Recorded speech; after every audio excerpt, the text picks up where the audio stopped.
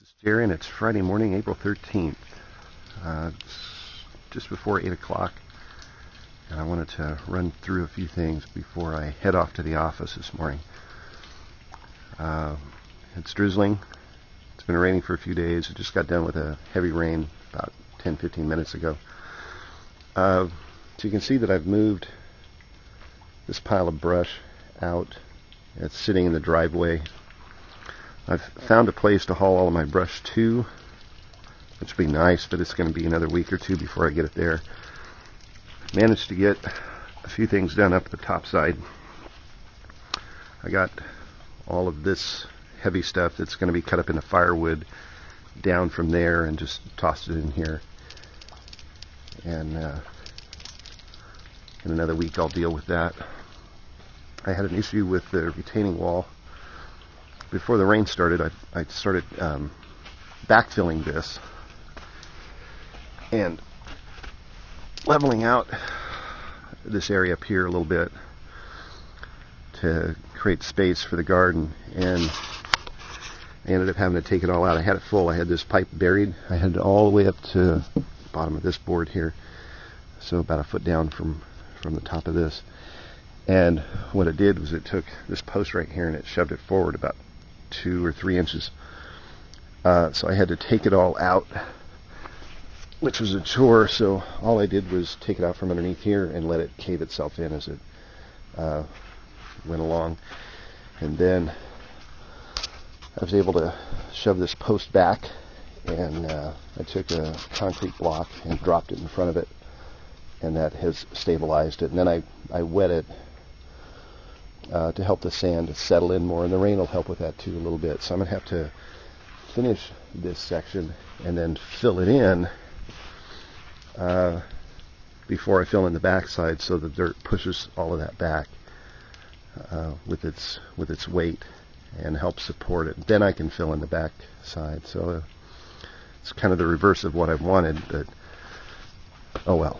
I was going to dig out these aloe vera plants, and I decided to wait because they've grown this top stem, and I've not done any looking around into aloe vera plants to know what they do when they get big. So I don't know if these are going to flower out or if they're going to just open up and there's going to be seeds there, or what's going to happen. But I thought I'd leave them and just see. And that's one of the purposes behind this garden project, is to take a look at plants and plant life and their cycles in a different way than what we normally see. Got the broccoli. The pods have most of the flowers are gone, and the pods have gotten really big. Some of these are 3 or 4 inches long, and I'm really glad I let this go to seed. I won't keep this one, but I just wanted to see what it will do, and so this gives me an idea of what broccoli, and you'll see the kale also in a few minutes, what they do after they have finished producing. So anyway, this is the Egyptian onion, and it's kind of starting early. But let's find a good one here. Okay, so remember I said this is a top set onion. Here's a bulb here that's starting. And so that is going to open up, and it's not going to turn to seed. It's not going to flower out and turn to seed. It's going to do what this one's doing. So as this breaks off, what'll be here are more bulbs. And in fact, this one is doing something you can see right here. Let's do it this way. Right here at the tip of my thumb, we've got the bulb in the ground. We've got bulbs starting here, and then right at the tip of my thumb, that one is already sprouting new bulbs. So that's what this does. Those bulbs will get about the size of a marble, and this top stem here, as it gets, there it is, this top stem here, as this grows out and gets bigger, this is really thick. It can be used as a green onion. It's a lot thicker than the green onions that you buy at the store. So, and again, these are real easy to take care of. Give them dirt and water, and they seem to be happy, and they just do their own thing. And then, if I want more, which I don't need more, I've got plenty here, and they'll pretty much just keep coming back if I leave them. But the bulbs that come off of this, you can peel those off, and you can cut them up and put them in, you know, whatever you want, or you can pickle them, can them, or transplant them to have more. They're very easy. All right. I've set this post here. I've been digging this post hole here, and what I keep coming up with is sandy soil, and which makes sense. Over the hill there is a subdivision down by the river. Years ago it used to be a sand and gravel plant, and I'm still fairly certain that what they did was to take their cuttings from way over there as they processed all their sand and bring it up and create this hill. As I'm digging down, I keep running into rocks this big. It took me 10 minutes to dig this out by hand. It was about 2 feet in. This is river rock, this is river sand, and that's as far as I've gotten so far. So it's going to be a chore getting this bottom retaining wall set. Alright, the grapes, these two here are the, pretty sure they were the Concord grapes. They came off of that plant right there. I just cut them off and stuck them in the ground, and they're budding out. And these leaves are a little different. They've got a red tint to them. I don't know if you can see that or not. Whereas some of the other grapes up there don't. When they budded out, they had a green tint, like this one here. And these 3 sets, these 2 containers and this one, were different in that these haven't quite budded out yet, but they're still trying a little bit. But these were part of the brush pile. I pruned a whole bunch of things back and just piled it up, and these sat for probably 6 weeks before I took these cuttings off and put them in here. So I wanted to see if they were still viable, and obviously this one is. These came straight off the plant, and these have yet to kind of prove themselves, but it looks like they're trying. I can see a little white there. All that needs to do is come out a little bit and unfold right there, and then I'll know that these are alive. The loganberries, they're going a little bit, quite nice. These are some green onions, some organic green onions that Katie bought in the store. She used them up and decided to just take the bulbs and transplant them, and they're already going to seed right there and there. I assume they're going to flower and go to seed like a regular onion.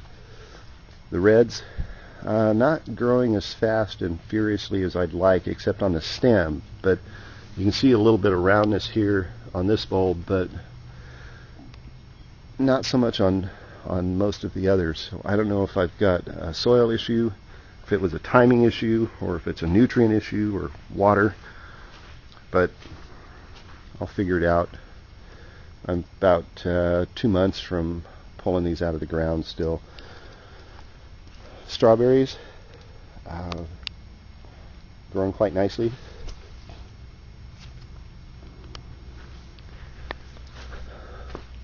A couple more Egyptian onions. These are the ones in the pot. These gotten taller than the others, but that's already stemming out.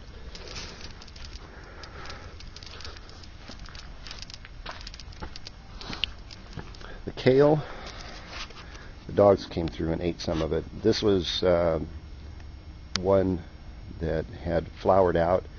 It was very pretty, it was very full, but we give kale and broccoli to the dogs so they get a little fiber. And one day here about a week ago, they just kind of wandered through here and chowed down on my kale. You can see that this one is starting to just grow back since they've done that. And I also want to show you I've got some baby kale here scattered in and around here. And then just right over there, there's some broccoli that you can't see from here. But the rest of this kale is budding out, and again, like the broccoli, it's got these little tiny pods. So I'm going to keep watering these, and these are seeds that I will save and reuse. Kale is pretty easy to grow. Just kind of throw it in the ground and it does its thing, almost like the Egyptian onion. The potatoes, very full, very tall. I've mulched and hilled up around them on a couple of occasions in the past 3 weeks. I'm actually starting to get some bells on them, which I'll show you in a minute. The bull's blood beet. Some of them have died back. Again, I had a bit of a timing issue because I started them in pots. I should have just sown them straight into the ground. So you can see these dark mulched areas here. I've thrown some more seed in the ground.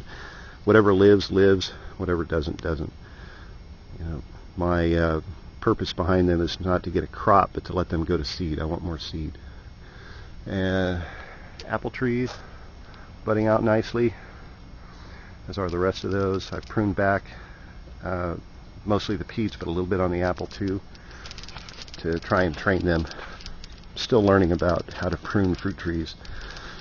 So the potatoes,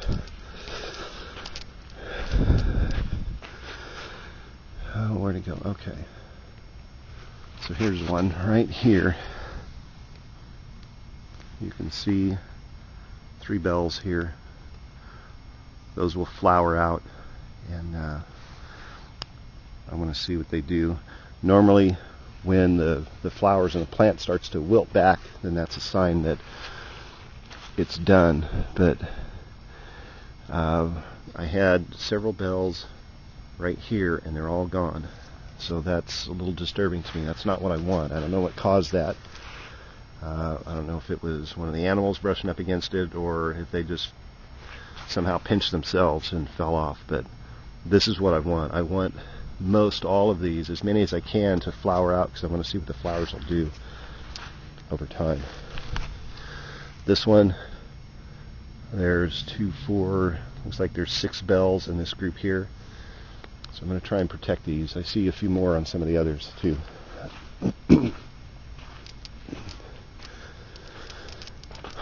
I've been working on weeds. Been working on watering the grapes. This is a really old one. There's still some dead growth on here that I haven't cut away because I didn't know what was alive and what was really dead. You know, as these bud out a little more, I'll probably prune them back again. And same thing over here. I've filled up some soil in front of them since I still have this slope to deal with, so that I can water them and have them retain that moisture.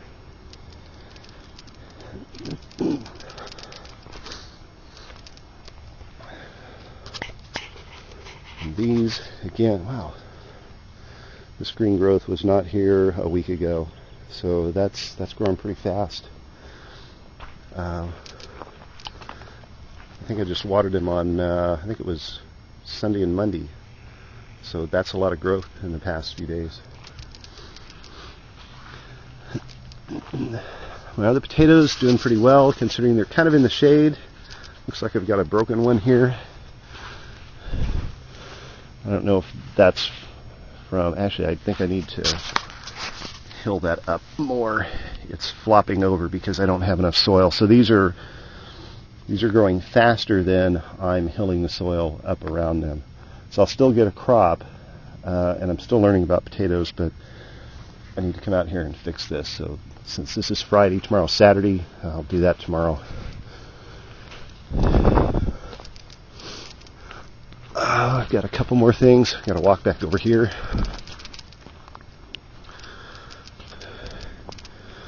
Take a look at the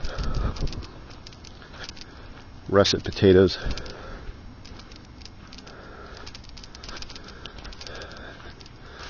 They're also doing very well. They Don't seem to mind this spot at all. I've got a little bug-eaten one here, but that's the first one that I've really seen that looks like it's been bothered by insects. And then Romanesco broccoli or cauliflower, whichever it is. And a few weeds growing there. So this is the biggest one so far. This is probably about, at the top of that leaf, it's probably about 3 inches, which is not much growth for 3 weeks. But there's another one there. Stinging nettle, more stinging nettle, which I pretty much just pull by hand when I find it. So these are growing. Again, if they grow enough that I get seed off of them, then that's fine with me. I think my timing is off still, but again, they'll either live or they won't live. I've been finding a lot of ladybugs on the potatoes, and there will be some photographs on my Tumblr blog of some of the ladybugs. I've had quite a few out here. My estimate is over this whole area, probably 100 or more. I've seen them mating. I've seen them just hanging out in the weeds, and I've transplanted quite a number of them as I've gone through and pulled out weeds because I want them to stay. And they seem to like the potatoes, though I haven't seen them on here since we've had the rain.